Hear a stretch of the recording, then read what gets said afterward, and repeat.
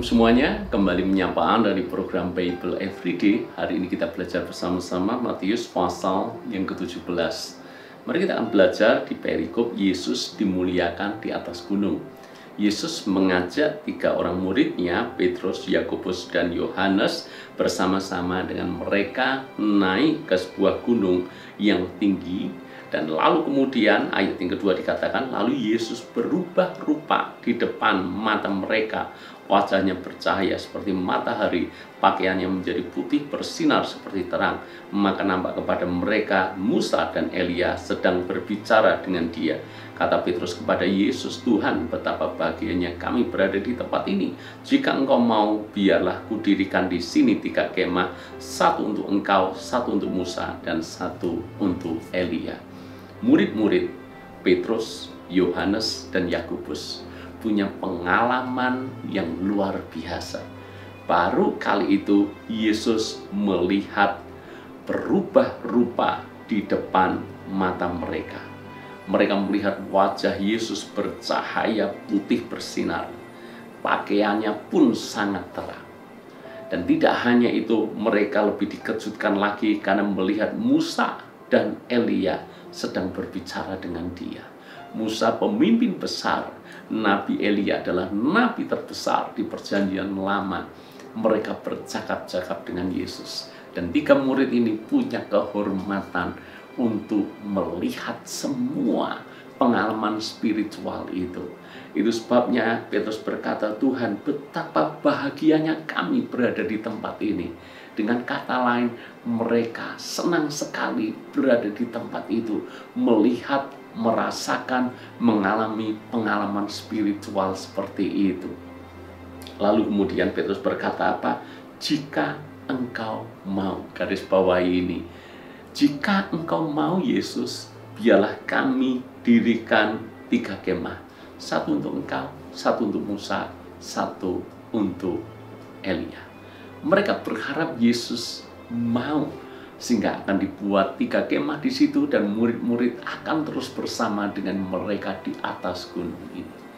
Tetapi kalau kita membaca cerita selanjutnya, apakah Yesus mau supaya murid-murid mendirikan 3 kemah? Dan jawabannya adalah tidak. Sebab berikutnya justru ketika awan kemuliaan menutupi mereka, dan ketika mata mereka terbuka, mereka hanya melihat Yesus seorang diri. Dan di dalam ayat yang ke-9 dikatakan, pada waktu mereka turun dari gunung itu. Maka kembali ke pertanyaan Petrus, Guru, apakah engkau mau? Maka jawab Yesus jelas, tidak.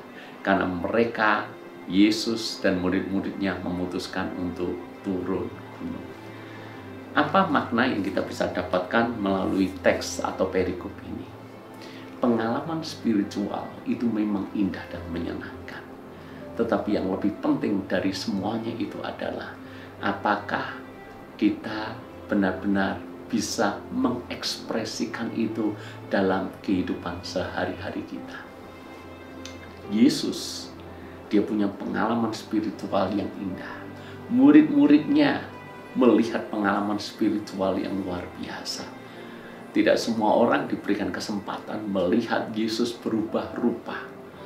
Tidak semua murid-murid yang lain diberikan kesempatan untuk melihat Yesus bercakap dengan Musa dan Elia.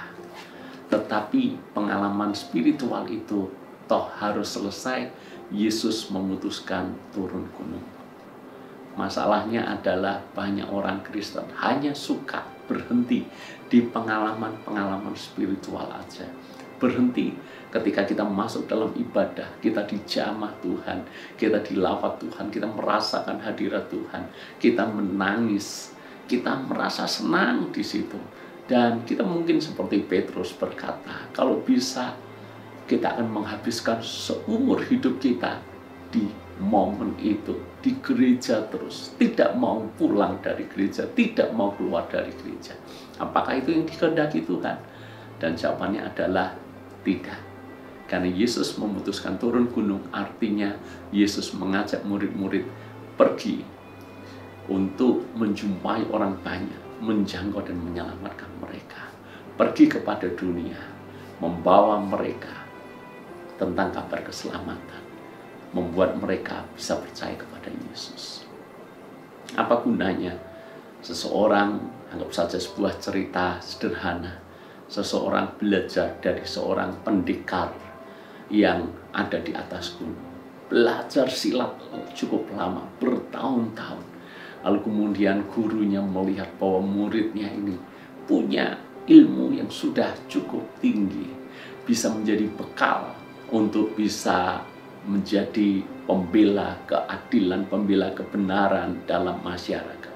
Dan apa jadinya kalau murid yang sudah punya ilmu tinggi itu di atas gunung dan berkata tidak mau turun gunung, selamanya mau di atas gunung saja? Maka gurunya akan geleng-geleng kepala, betapa bodohnya cara berpikirnya. Apa gunanya belajar silat dengan ilmu sedemikian tinggi kalau itu tidak memberikan manfaat kepada masyarakat, kepada rakyat untuk membelanya? Maka gurunya pasti akan menyuruhnya turun gunung untuk menjadi seorang pendekar yang membela rakyat. Bukankah itu cerita silat yang sering kali kita dengar? Sama juga, jangan sampai kita terpesona dengan pengalaman spiritual di gereja kita, tetapi tidak bisa mentransferkan itu dalam kehidupan nyata di masyarakat. Tuhan memperlengkapi kita, menjamah kita, membuat kita punya pengalaman rohani bersama dengan Tuhan. Tujuannya apa? Supaya kita kembali turun di tengah-tengah dunia, menjadi terang, menjadi garam, menjadi berkat buat mereka. Tuhan menyatakan kemuliaannya kepada kita dalam sebuah pengalaman spiritual. Tujuannya apa? Supaya kita bisa membagikan itu secara nyata dalam kehidupan sehari-hari.